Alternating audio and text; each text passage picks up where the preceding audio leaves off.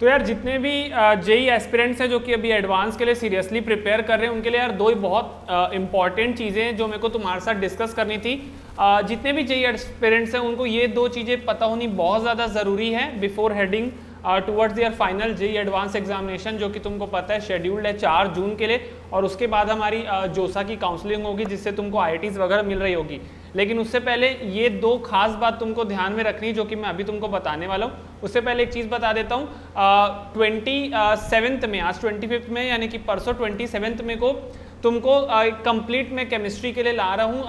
जो मोस्ट आज जो मैंने एक वीडियो बनाई थी कि भैया मोस्ट आज जो कॉन्सेप्ट्स हैं जो कि बार बार जेईई एडवांस से पूछे जाते हैं, उसकी थ्योरी को हम कवर कर रहे होंगे उस सेशन में। तो वो सेशन मोस्ट प्रोबेबली तुम्हारा 5 PM को होगा, तो उसको जा करके देख लेना, लिंक उसकी मैं डिस्क्रिप्शन में डलवा दूंगा। और वो सेशन में मैं तुमको थ्योरी पढ़ाऊंगा, अपन थ्योरी का रिवीजन करेंगे, साथ में कुछ क्वेश्चंस भी ले लेंगे, और 3-4 घंटे का पूरा थ्योरी रिवीजन होगा जो कि सबसे ज़्यादा पूछे गए कॉन्सेप्ट का केमिस्ट्री में।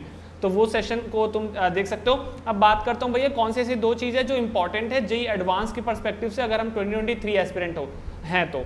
सबसे पहले इंपॉर्टेंट चीज़ यार देख लो, इस बार जो 2023 में टोटल नंबर ऑफ कैंडिडेट्स हैं जो कि रजिस्टर करे हैं तुम्हारे जेईई एडवांस एग्जामिनेशन के लिए, वो है 1,90,346, यानी कि 1,90,346 कैंडिडेट्स ने रजिस्टर किया है। अगर मैं तुमको लास्ट ईयर का डेटा बताऊं तो 1,60,000 ने रजिस्टर किया था, यानी कि लगभग 30,000 इंक्रीज आया है जो कि रजिस्टर्ड कैंडिडेट्स हैं। तो और उससे लास्ट ईयर का बताऊं 2021 का, तो 1,50,000 लोगों ने रजिस्टर किया था। तो इस बार जो रजिस्टर्ड कैंडिडेट्स की वो है वो बढ़ गई है, बहुत ज़्यादा बढ़ी है। जैसे 1,50,000 से 160 होता, 10,000 का इंक्रीज था, इस बार सीधा ट्रिपल है, मतलब 10 से ज़्यादा 30,000 का इस बार जो है वो इंक्रीमेंट हुआ है। तो ये बहुत एक इंपॉर्टेंट चीज़ है, मतलब इस बार ज़्यादा कैंडिडेट जो हैं वो अपीयर होने वाले हैं जेईई एडवांस एग्जामिनेशन में। दूसरी इससे ज़्यादा इंपॉर्टेंट चीज़ है कट ऑफ को लेकर के। अब बड़े ध्यान से सुनना, जेईई एडवांस में तुमको एक होता है कि भैया हम जेईई एडवांस में क्वालिफाइंग मार्क्स क्या होता है कि हमको भी एक क्वालिफाई होना है, ठीक है, वो ज़्यादा मैटर नहीं करता है। दूसरी इंपॉर्टेंट चीज़ होती है कि भैया हमको जेईई एडवांस में रैंक में आना है, मतलब रैंक लिस्ट में हमारा नाम आना चाहिए।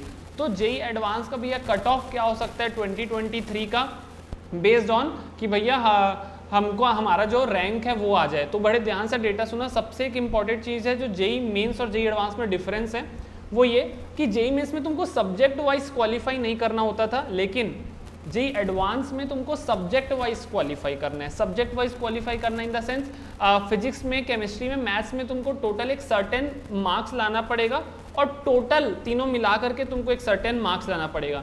एक एग्जाम्पल के लिए तुम्हारे को लास्ट ईयर का डेटा बताता हूँ। देखो लास्ट ईयर एक जनरल की पहले बात करता हूँ, फिर कैटेगरी की बात करूंगा। एक जनरल बच्चे को टोटल 15.28% ऑफ मार्क्स चाहिए था। अगर मैं इसको कन्वर्ट करूँ 15.28 डिवाइड बाय 100 और टोटल 360 मार्क्स का पेपर हुआ था, तो एक जनरल बच्चे को एग्रीगेट 55 मार्क्स, ठीक है, देख सकते हो 55 मार्क्स उसको चाहिए थे रैंक लिस्ट में आने के लिए मिनिमम।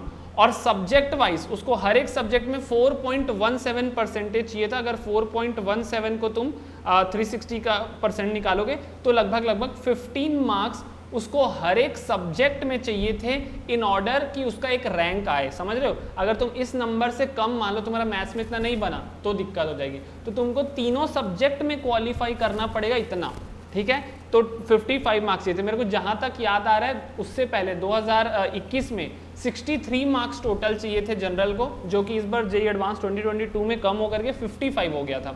अब देखते हैं 2023 का पेपर कैसा आता है, क्योंकि तुमको पता है 2022 का पेपर का लेवल काफ़ी अच्छा था, ठीक है। अच्छा भैया मैं ओबीसी और ईडब्ल्यूएस और SC/ST वालों को बता देता हूँ। ओबीसी और ईडब्ल्यूएस को चाहिए थे 13.89 टोटल, है ना, तो 13.89 डिवाइड बाय 100 और 360 मार्क्स का पेपर हुआ था, तो 50 नंबर चाहिए। मतलब जनरल बच्चे को रैंक लिस्ट में लाने के लिए 55 था, और ईडब्ल्यूएस और ओबीसी को 50 मार्क्स था, और SC/ST की बात करूँ तो 17.5%, तो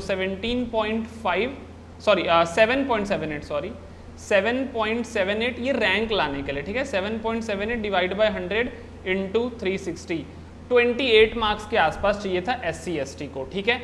तो ये कंप्लीट डिटेल्स है जो मैं तुमको बताना चाह रहा था। इसलिए मेक श्योर करना, एक तो पहली चीज़ इस बार ज़्यादा कैंडिडेट्स दे रहे हैं, दूसरी चीज़ तुमको सब्जेक्ट वाइज भी क्वालिफाई करना है, और तुमको ओवरऑल भी क्वालिफाई करना है। तो जैसे मैंने बता दिया लास्ट ईयर 15 मार्क्स था ईच सब्जेक्ट में, तुमको लाना ही लाना था रैंक में इंक्लूड होने के लिए।